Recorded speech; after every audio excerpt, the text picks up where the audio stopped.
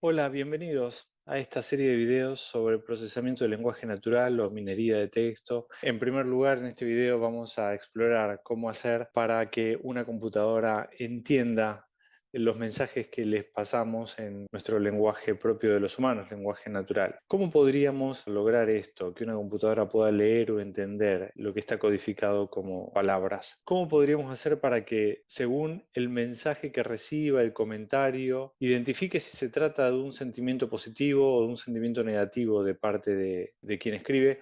¿O cómo podríamos hacer para que el algoritmo detecte si un mensaje es spam o no es spam? ¿O cómo podríamos hacer para que un algoritmo sea capaz de traducir el contenido de un mensaje de un lenguaje a otro, de un idioma a otro? Bueno, una posibilidad sería que nosotros construyamos una lista de palabras positivas, una lista de palabras negativas, y si queremos identificar la intención o el sentimiento del usuario, digamos, bueno, si el mensaje tiene palabras que se encuentran dentro de la lista positiva, le asignamos la etiqueta positiva, y si no, le asignamos la etiqueta negativa o neutra. Pero este enfoque es un poco ingenuo porque los mensajes pueden tener palabras positivas, pero tener un significado irónico, entonces el sentimiento es negativo, aunque las palabras sean positivas. O puede ser un sentimiento positivo o negativo sin usar necesariamente palabras que diríamos que son positivas o negativas, porque el lenguaje es muy flexible y nos permite esta posibilidad de transmitir significados sin usar palabras que sean tan explícitas. Entonces, si quisiéramos construir una aplicación de este tipo, tendríamos que encadenar una serie de condiciones tan complejas que el árbol de decisión que se armaría sería muy difícil de construir, de mantener, de actualizar. Sobre todo porque el lenguaje es dinámico y la lógica necesitaría actualizarse continuamente, y esto sería muy difícil de poder hacer.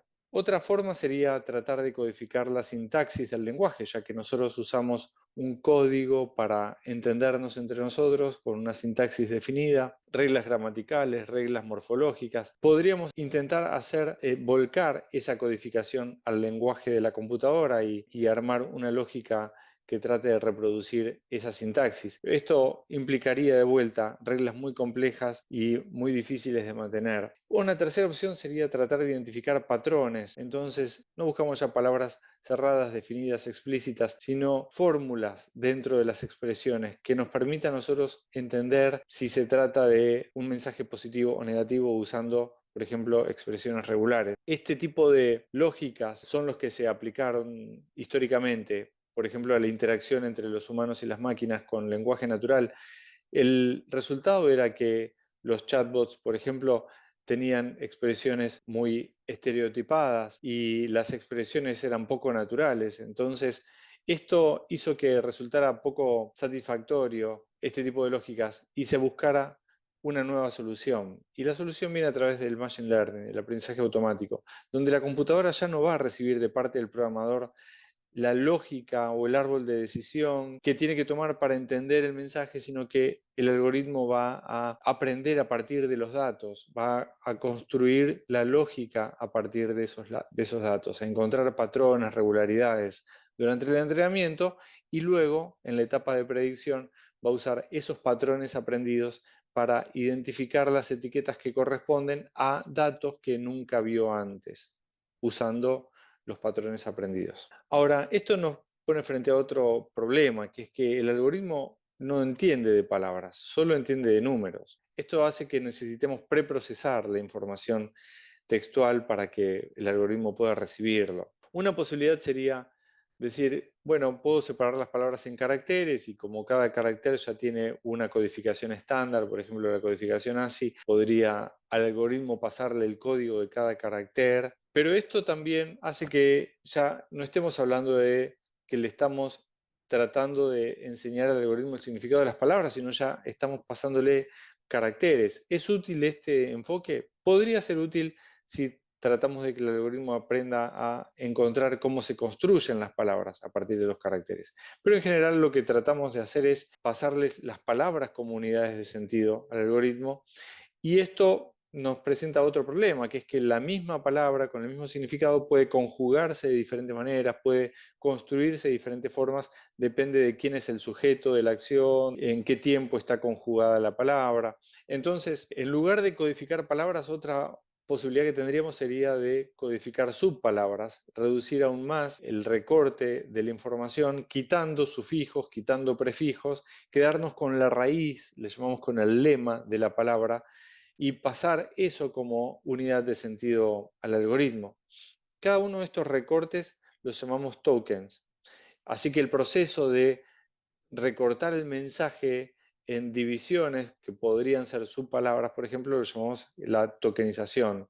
Si el token que le estamos entregando es la raíz de una palabra, esta tokenización podría llamarse lematización. Ahora, vamos a pensar cómo podríamos hacer esto para pasarle códigos en lugar de palabras. Para simplificar, vamos a tokenizar por palabras. Entonces, a esta frase hacemos la asociación de cada palabra con la misma etiqueta, le asignamos un código a cada palabra. Entonces, por ejemplo, hacemos, va a recibir el número 25, la, el número 7 y así sucesivamente. ¿Qué código recibimos?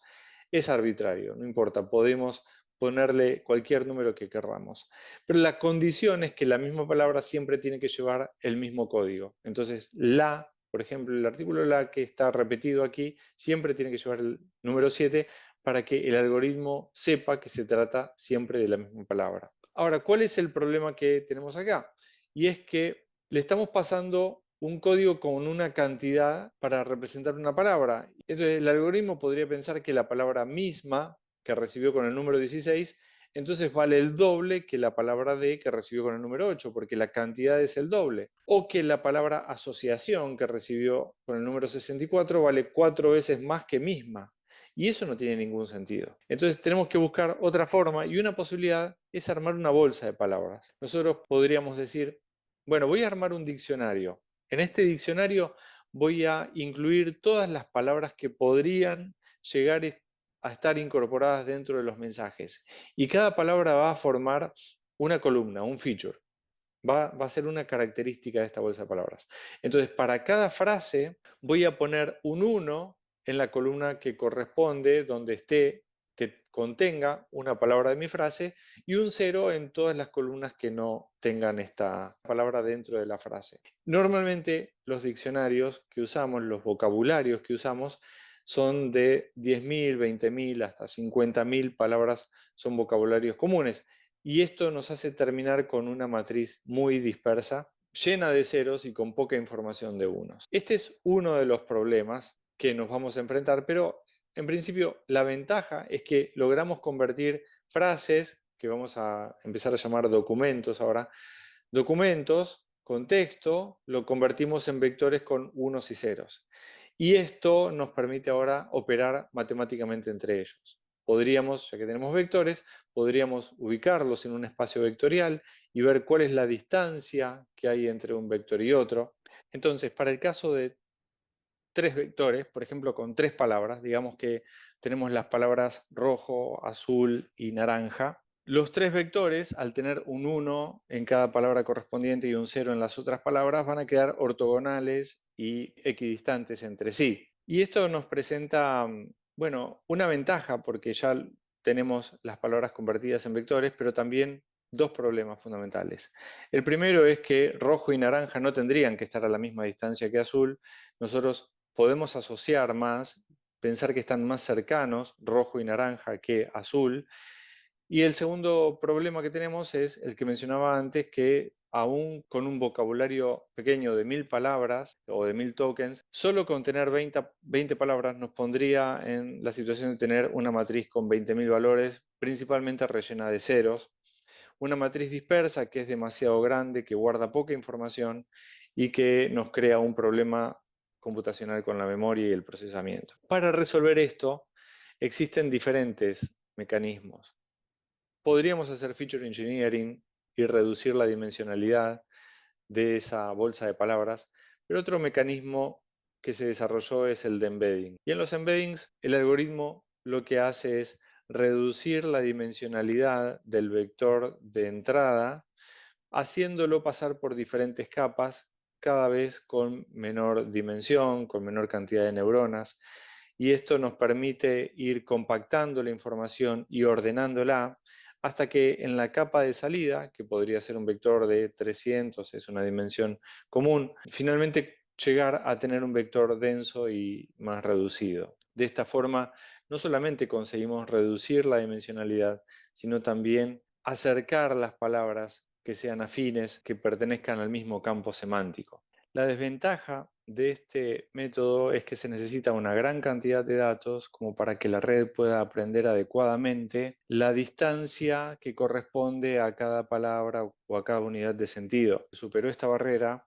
cuando en el 2013 un equipo de investigadores de Google publicó un paper en el que proponían una red entrenada en millones de documentos, de palabras tomadas de la web, una red que había aprendido a diferenciar, a ubicar las palabras en su campo semántico apropiado y que quedaba disponible para que cualquiera pudiera usar y aplicar los embeddings a sus propios documentos. Entonces, lo que va a hacer la red es agrupar las palabras de acuerdo a la proximidad que tengan sus vectores. Y podemos hacer esto porque ahora podemos calcular la distancia con el ángulo que forman los vectores, con el producto escalar entre los vectores, calcular la distancia entre ellos. Y esta forma de conectar una palabra con otra es lo que se hizo muy popular en los últimos años como el mecanismo de atención, que no es algo nuevo, pero que se desarrolló muchísimo a partir del 2017 con el paper que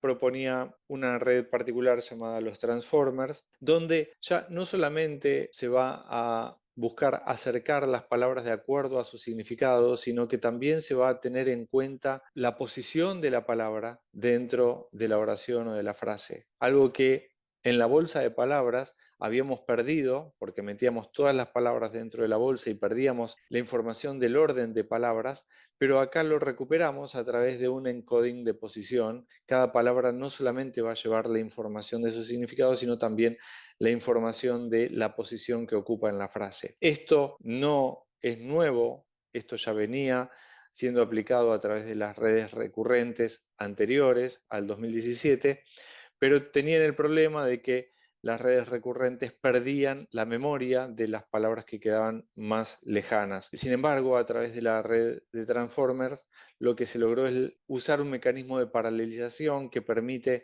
incorporar toda la información contextual al mismo tiempo y que la red comprenda, entienda cómo se conectan las palabras ahora dentro del contexto de la frase o de la oración. Esto nos permite que, por ejemplo, si volvemos al caso de uso del análisis de sentimiento, poder conectar ahora una frase con el concepto que esté relacionado con esa frase y identificar no solamente el sentimiento entonces, sino a qué aspecto de la aplicación se refiere la frase que estamos analizando.